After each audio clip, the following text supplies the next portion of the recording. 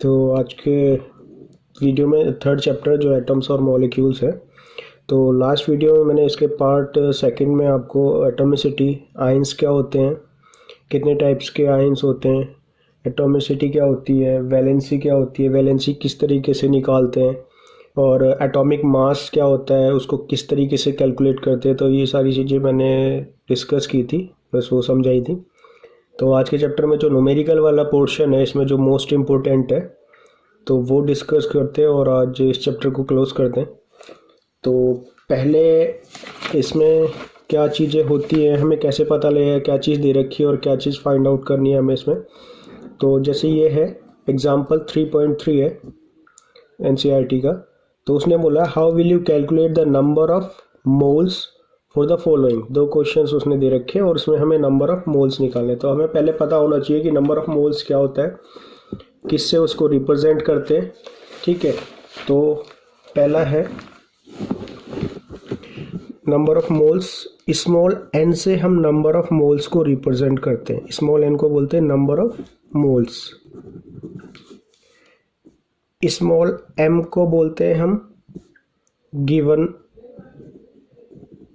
Given mass होता है, ठीक है, जो हमें दिया हुआ होता है। कैपिटल एम हमारा होता है मोलर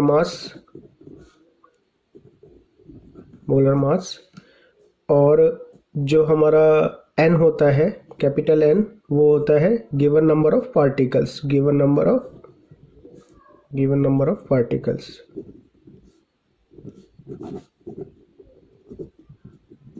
ठीक है, और जो हमारा एन नॉट, इसको एन नॉट बोलते हैं, ये होता है एविगाड्रो नंबर। ठीक है, इसकी फिक्स वैल्यू होती है, इस एन नॉट की फिक्स वैल्यू होती है 6.022 इंटू 10⁻23। और ये एग्जाम में पूछ लेते हैं, क्वेश्चन इस तरीके से आता है कि एन नॉट एविगाड्रो नंबर की क्या वैल्यू होती है, उसका क्या मान होता है। तो हमें याद रखना है हमेशा 6.022 into 10⁻23 N not fix value होती है एविगाड्रो की। तो सॉल्व करते हैं। पहला उसने बोला है 3.3 में एग्जाम्पल में कि how will you calculate the number of moles of the following. उसने दे रखा है 52 gram of helium. 52 gram of helium, finding the number of moles. हमें अब number of moles find out करने। तो 52 ग्राम, तो 52 क्या दे रखा है यहाँ पर, गिवन मास दे रखा है ना 52। तो स्मॉल एम दे रखा है 52 ग्राम। हीलियम है, तो हीलियम का जो एटॉमिक मास होता है वो होता है 4। ठीक है, हीलियम का एटॉमिक मास होता है 4। और हमें क्या निकालना है, नंबर ऑफ मोल्स, यानी कि स्मॉल एन निकालना है, जो हमें नहीं दे रखा।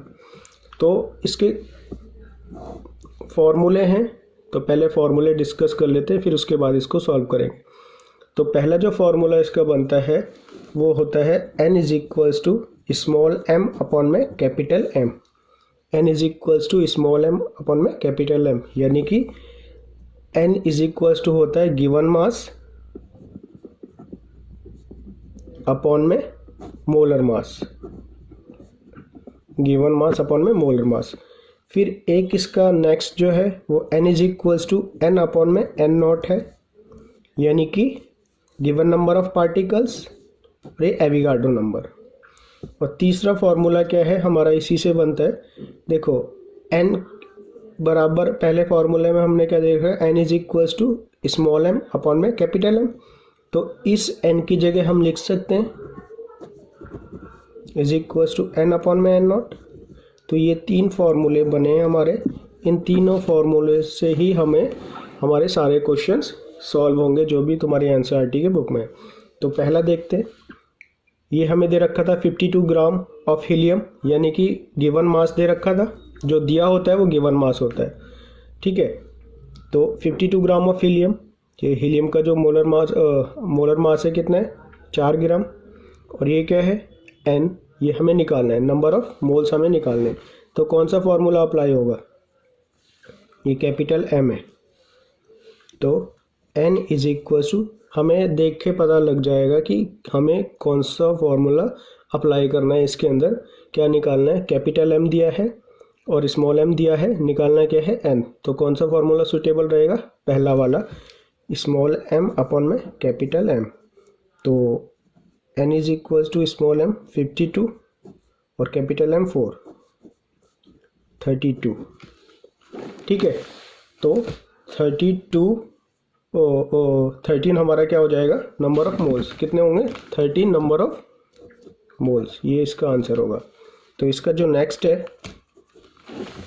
नेक्स्ट में उसने क्या बोला है, 12.044 इंटू 10 की पावर 23 नंबर ऑफ हीलियम्स एटम्स उसने बोला है, और इसमें भी हमें वही चीज़ निकालनी है, नंबर ऑफ मोल्स। तो क्या दे रखा है और क्या निकालना है, तो देखो ये दे रखा है, given number of particles capital N 12.044 into 10 की पावर 23। ठीक है, हीलियम है, तो हीलियम का तो 4 होता है, कैपिटल M। ठीक है, N नॉट की फिक्स वैल्यू होती है 6.022 इंटू 10 की पावर 23, निकालना वही हमें N है। तो हीलियम जब हमारा N इससे निकल जाएगा तो कैपिटल M लेने की ज़रूरत नहीं है। ठीक है, तो N इज इक्वल टू क्या हो जाएगा, N अपॉन में N नॉट, N अपॉन में N नॉट, यानी कि N कितना है 12.044 इंटू 10 की पावर 23, और ये हो जाएगा 6.0 इंटू 10 की पावर 23।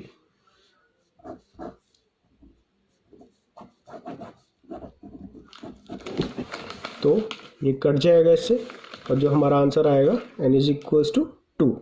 ठीक है, तो नंबर ऑफ पार्टिकल्स, हाँ नंबर ऑफ मोल्स हमारे कितने हो जाएंगे 2। तो इस तरीके से ये सॉल्व होगा। तो फॉर्मूला इसमें कौन सा लगा है हमारा, ये वाला, क्योंकि इसमें हमें given number of particles they रखे थे और N नॉट की फिक्स वैल्यू होती है, जो कि हमें पता है हमेशा यही लगानी है, कांस्टेंट और फिक्स वैल्यू।